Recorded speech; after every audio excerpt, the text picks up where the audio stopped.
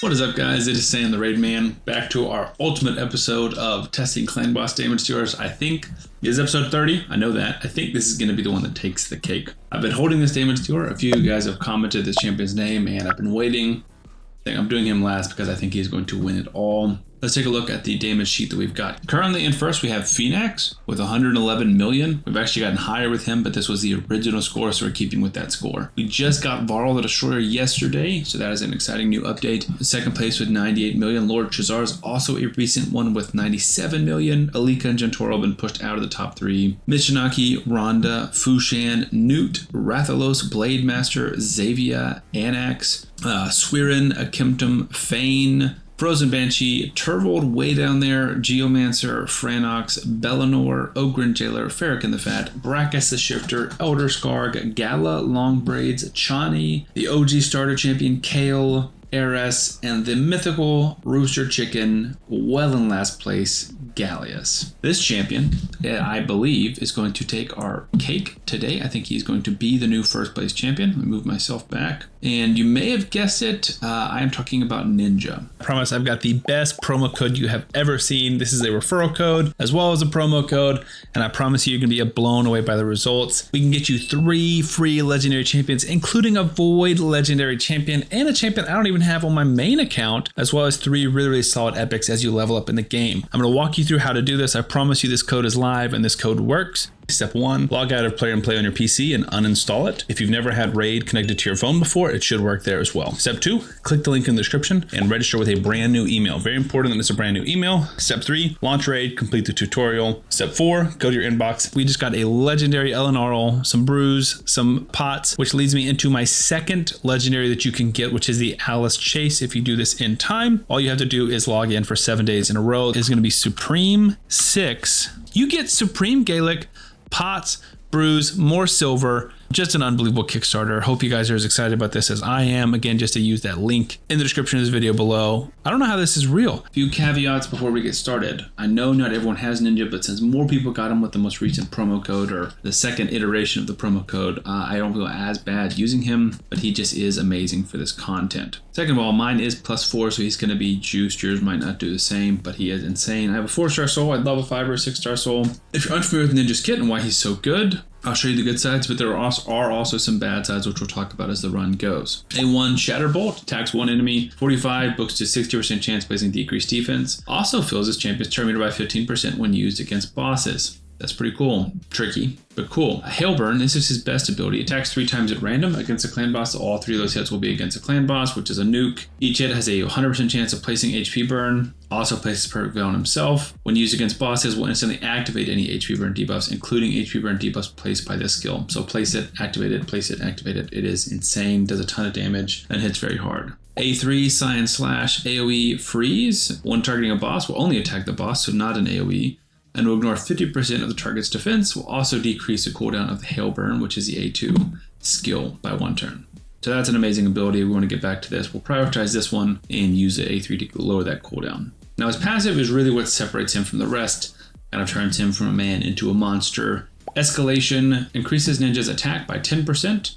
And crit damage by 5%, so up to 100% extra attack and 25% extra crit damage each time a single enemy is hit by all 3 of Ninja's active skills in a single round. So there's only 1 round in Clan Boss. It is the 50 turns that we will do today. So when a Ninja uses an A2, an A3, and an A1 in a single round, that will increase his attack by 10% and crit damage by 5%. Once he has done that 10 times, he'll have an extra 100% attack and 25% crit damage, and that is multiplicative, meaning 100% of my attack. So if we have 7,000 attack, we'll gain 7,000 more. If we have 300 crit damage, we will gain 75% more, because 25% of what we have, not a 25% flat crit damage increase. When fighting bosses, this will increase Ninja attack by 20% and 10%. My bad, so it'll actually be faster. It will only be 5 uses. Do get that fully scaled up.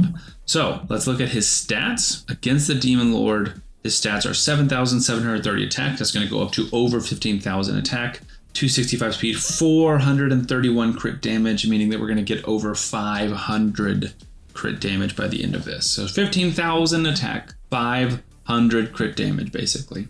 That's insane. We got 2% ignore defense there. We've got 5-piece Merciless which I hope does not throw us off. I could see it throwing us off, honestly. And two-piece Slayer, because I'll get into a second, but Ninja's very tricky. And then we've got him down here going to Helm Smasher. I know you can't see that. Yeah, we've got him going down to Helm Smasher right here.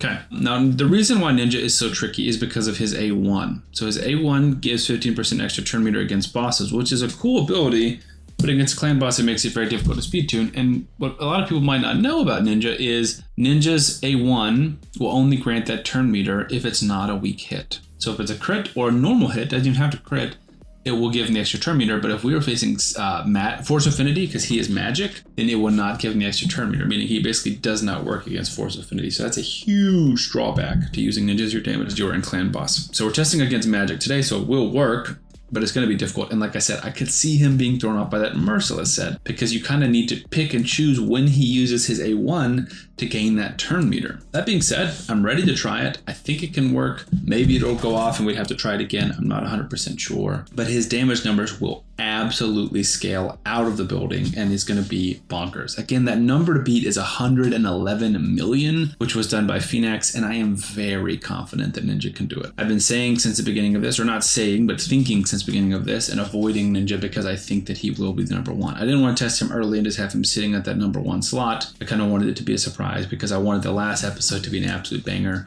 knowing that Ninja would take the cake. So the speed tune is much more difficult. We had to change Cardiel's speed because an ally attack brings in Ninja's A1. A counterattack would bring in Ninja's A1. Counterattack masteries on Ninja would bring in his A1 and give him too much turn meter. That would throw the speed tune off.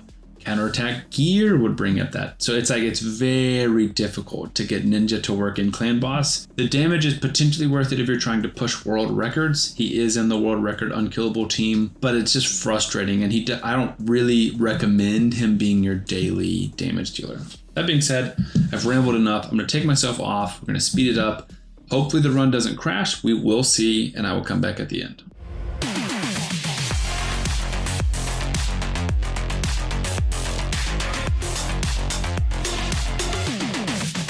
Well, I knew it would be pretty bonkers. I didn't know it'd be this bonkers. We just hit 300 million. Typically our best is like 220, 240. Let me see what our best team damage is. 245. And we've still got a few turns left to go. Ninja, this one's a little bit weird. I definitely should have built him with 100% crit rate. I think he's got like 85.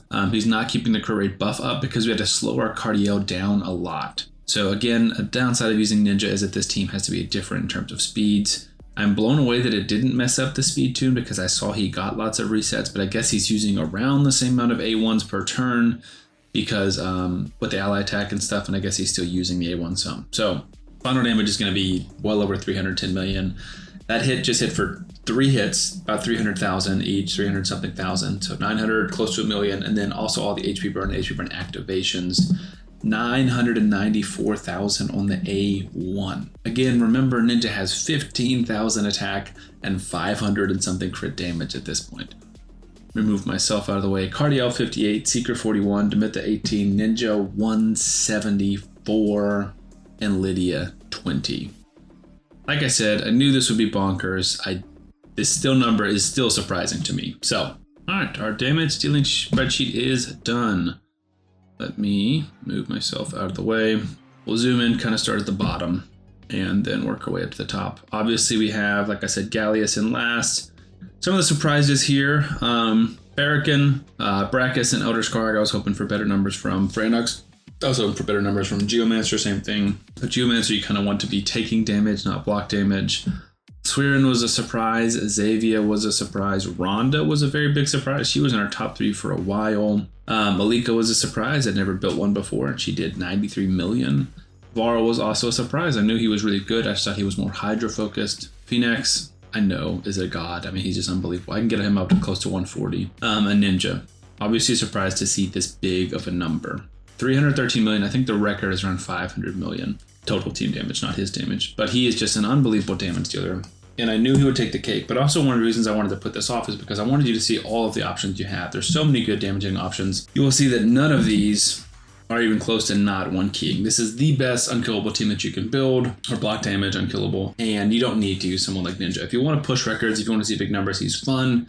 But again, he's one of the hardest damage dealers to speed tune. I'm instantly going to change my team bag and take Ninja out of here because Ninja is better used in Sand Devil, Ninja is better used in Hydra and Chimera and different areas of the game, and using him in Clan Boss is kind of a waste unless he's your best option. Now, if you don't have a speed tune and you're just kind of doing like Brutal or something where you're just hitting as hard as you can, Ninja is amazing. But for the sake of speed tunes, I would recommend not using your Ninja. So anyways, that's going to be it for today's video. This is the conclusion of our series, which is sad. Gonna have to come up with some different video ideas. So let me know in the comments if there's anything you want to see. Potentially we will revisit this series in the future, test out some different Clan Boss damage dealers. But in terms of regular episodes, regular installments, this series is done. So thank you guys so much for the support along the way. Subscribe to the channel for more content, and I will see you on the next one.